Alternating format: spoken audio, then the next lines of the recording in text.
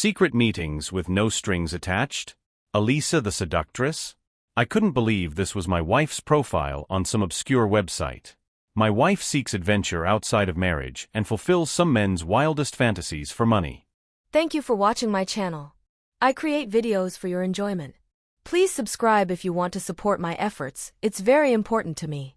I apologize in advance for any mistakes, dubbing is done by neural network. Please point out mistakes in the comments so I can correct them. I always thought our marriage was perfect. We met at university lectures, fell in love, and eventually decided that we wanted to spend the rest of our lives together. I was sure of her devotion and love for me. But one day, while she was watching TV passionately in the living room, I happened to see a notification from one of the dating sites on her phone. Started out of curiosity, I opened the app and discovered her profile under the name Eliza. Photos I recognized her in were posted with the caption "Exotic Seductress, ready to fulfill your wildest fantasies." So, I clicked on the app, not believing my eyes. There were pictures of my wife taken in our bedroom. She used a fake name, but her own photos. Her profile said she was looking for adventures outside of marriage, secret meetings without commitment. My heart thumped in my chest with pain and disappointment. At first I brushed it off, thinking it was a mistake or even a joke. But when I saw that the profile was active on other sites with other names and photos, I realized it was no accident. My heart began to beat harder when I realized that my wife, the woman I considered my rock-solid support, was leading a double life. I decided not to rush to accusations and began to observe her behavior. I spent a couple weeks monitoring her online activity, sometimes using assumed names to infiltrate her social circle. Then one day when I logged into a chat room under a fictitious identity where she was discussing the terms of a client meeting, my frustration reached a fever pitch. Over time, her meetings with clients became more frequent and regular. One of them was about 20 years older than her, apparently a powerful man judging by the way she talked about him in her correspondence. In one of the messages, he described how they'd spent the night in a luxurious penthouse downtown. I read this with a suffocating feeling, like I couldn't breathe.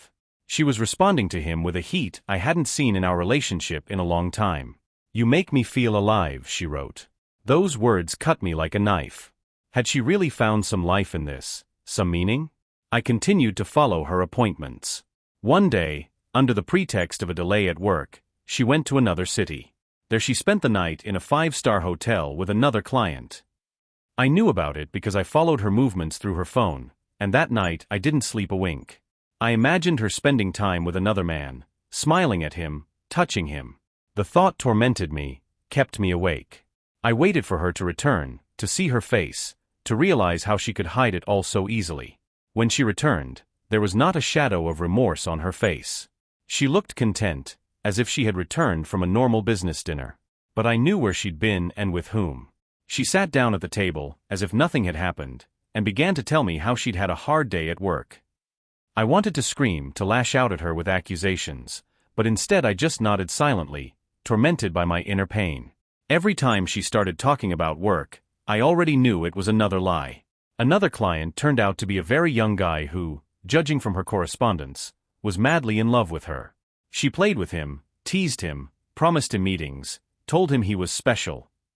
I read this and couldn't believe she was capable of such manipulation. She used his feelings to get what she wanted: money, gifts, attention. Her behavior was a complete mystery to me.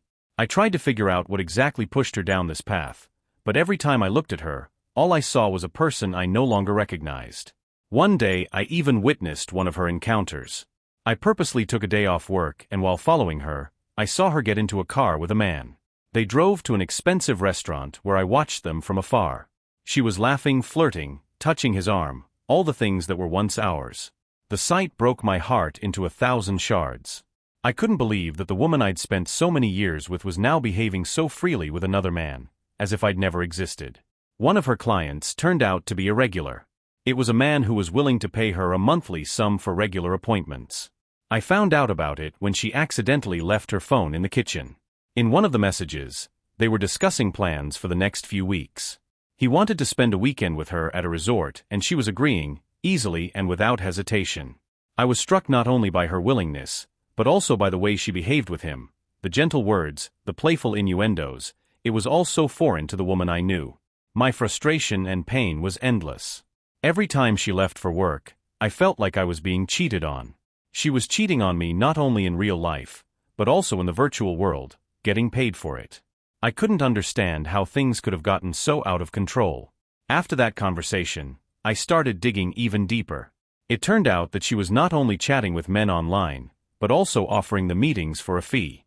Her profiles were designed with provocative photos and hints of favors slipped into the descriptions. My wife, who had once worked in an office and seemed so devoted to me, was now running her own business on the internet. This information hit me even harder. I found out that she was making a good living at it and was leading a hidden life that I never knew. It was like a stab in the back mixed with bitterness and bewilderment. I couldn't understand how she could take on a role that was so far removed from the woman I knew. One day, as I watched her from a secluded corner in our bedroom, she came home with a smile on her face, full of the money she had received for her services. She laid the bills out on the table and began counting them, with her eyes glistening with pleasure. It was a look I'd only seen before in those moments when we were looking at a freshly washed sunset or discussing our children's future.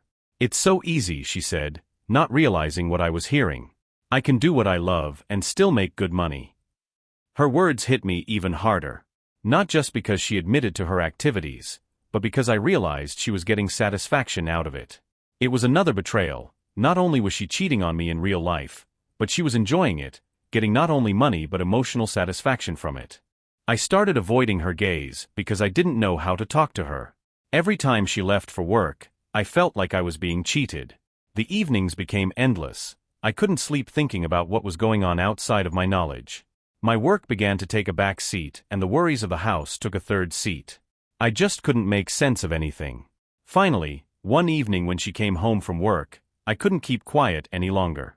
My heart was pounding so hard I could barely speak out. "Why are you doing this?" She flinched, her eyes filled with fear and anger. But then she fell to her knees, unable to hide her pain and frustration. With a heavy sigh, she confessed that she found our marriage boring and lacking in passion, and that she had begun to seek the thrill of online flirting and more. I was stunned. Every word she said hurt me like a hammer blow. "You couldn't talk to me?" came out of my throat. She looked at me again, her eyes full of tears. "I was afraid you wouldn't understand me, that you wouldn't accept me as I had become," she replied in a whisper. My anger and hurt merged into one huge feeling of disappointment. I couldn't believe that she, the one who was my life partner, was hiding so much pain from me, hesitant to share. All those moments when I thought we were happy turned out to be an illusion. She was living a different life, a life I never knew I had. Our conversation ended in silence. I didn't know what to do. Feelings of betrayal and deep loss raged inside me. Our later days were filled with hard conversations, trying to understand each other, but the shadow of betrayal remained between us. We tried to rebuild our intimacy, but something was broken in our marriage. I felt that I had lost a part of myself, that our trusting bond had been shattered. Even though we continued to live together as we had before, the conflict between love and resentment still raged inside me. Every day I tried to find answers to the questions that remained unanswered. How could we have gotten to this point? What could I have done differently? This experience left a deep scar in my heart, and despite my best efforts, time could not heal it completely. In the days and weeks that followed, an invisible chasm grew between us. Every conversation we had was strained. Every attempt to restore normal relations ended in awkward pauses or superficial discussions far from real feelings. I found myself avoiding looking her in the eye, and she, in turn, acted as if nothing had happened, even though every look we made was filled with unspoken questions and pain. The weeks dragged on like a blur. Every day started the same way. I got up from the couch, got ready for work, avoided her gaze, and left without saying goodbye. She was silent, as if trying not to disturb the delicate balance that still remained in our home. But I knew that inside her, the same life I so desperately wanted to escape continued. My mind was filled with contradictions. On the one hand, I wanted to save our marriage, but on the other, I could no longer be around the person who had betrayed me so easily. One evening when I came home from work, I saw her sitting at her desk. She seemed calm, but something about her facial expression was different. On the table was her cell phone and several envelopes of money, as a symbol of her new life, one that I was no longer allowed into. I realized she was ready for a new phase, the freedom she craved. "We can't go on like this," she began, her voice sounding soft but determined. "I know you're hurting, and it hurts me too, but I can't live this lie anymore. I've tried to save our marriage, but this isn't what I want. Those words cut to the core. She had chosen her new life, she had chosen money, meetings, independence, and I was out of the picture. It felt like everything I believed in had crumbled. I had always thought of us as a team, as partners, but the reality was much more complicated. Her needs and desires turned out to be different, far from what we once shared. Do you really want this? I asked, hoping she was still pondering that we had a chance. But her look was determined. She nodded, and then slowly, as if exhaling the last remnants of hope, she added, "This is my life now." After that conversation, it was clear, we were not meant to be together. Soon she started packing her things. I watched in silence, feeling the remnants of our shared past slipping through my fingers. She was moving on to a new life, leaving me with memories and pain that I would have to recover from alone. Finally, as she stood in the doorway with her bags, she looked at me one last time. "I hope you can forgive me someday," she said quietly before closing the door behind her. And so I was left alone in the empty house that was no longer ours. Every now and then I noticed her spending time on her phone or computer again, but now I didn't dare to check what she was doing there. I didn't know if I could handle another batch of discoveries. This feeling of powerlessness was burning me from the inside out. One night, as I lay in bed and she sat at her laptop in the living room, I felt so alienated, as if we had become strangers. We lived in the same house, but it was like we were in different worlds. One day I couldn't take it anymore. It was a normal Saturday, and she said she was going to meet a friend for dinner. I nodded, but I was seething inside. When she left, I picked up my phone and, working up the courage, opened her profile again. There was a correspondence with a new client. He was inviting her to a country house for the weekend, and she agreed. I felt my heart being torn apart by each new text I read. She continued her double life despite our attempts to work things out. I couldn't take it anymore. That evening when she returned, I was already sitting on the couch, ready for a frank conversation. "We need to talk," I said, and she immediately knew what it was about. Something akin to fear flashed in her eyes, but she quickly pulled herself together and sat down across from me. "I saw your correspondence." My words sounded cold and confident. I could no longer hide my pain behind a wall of silence. She froze. Then, as if gathering her strength, she said, "I can't stop. It's a part of me, a part you never seem to understand." Those words sounded like the final judgment of our relationship. I felt that something had broken completely and that there was no going back. After that conversation, there was a heavy silence in the house. We no longer tried to pretend that everything was okay. I slept in the living room and she stayed in our bedroom. The days stretched slowly, as if time had stopped. I tried to figure out what I should do next, but there were no answers. The weeks dragged on like a blur. Every day started the same way. I got up from the couch, got ready for work, avoided her gaze, and left without saying goodbye. She was silent, as if trying not to disturb the delicate balance that still remained in our home. But I knew that inside her, the same life I so desperately wanted to escape continued. My mind was filled with contradictions. On the one hand, I wanted to save our marriage, but on the other, I could no longer be around the person who had betrayed me so easily.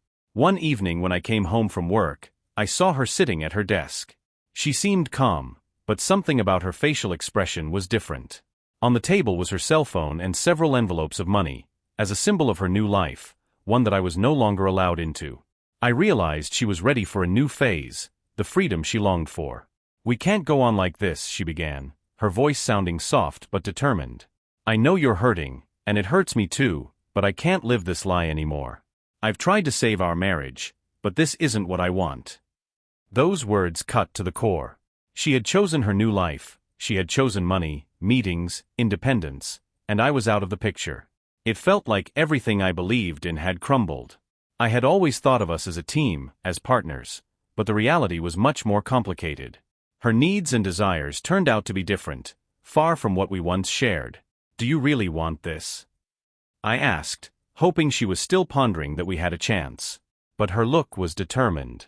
She nodded, and then slowly, as if exhaling the last remnants of hope, she added, "This is my life now." After that conversation, it was clear, we were not meant to be together. Soon she started packing her things. I watched in silence, feeling the remnants of our shared past slipping through my fingers. She was moving on to a new life, leaving me with memories and pain that I would have to recover from alone. Finally, as she stood in the doorway with her bags, she looked at me one last time. "I hope you can forgive me someday," she said quietly before closing the door behind her. And so I was left alone in the empty house that was no longer ours.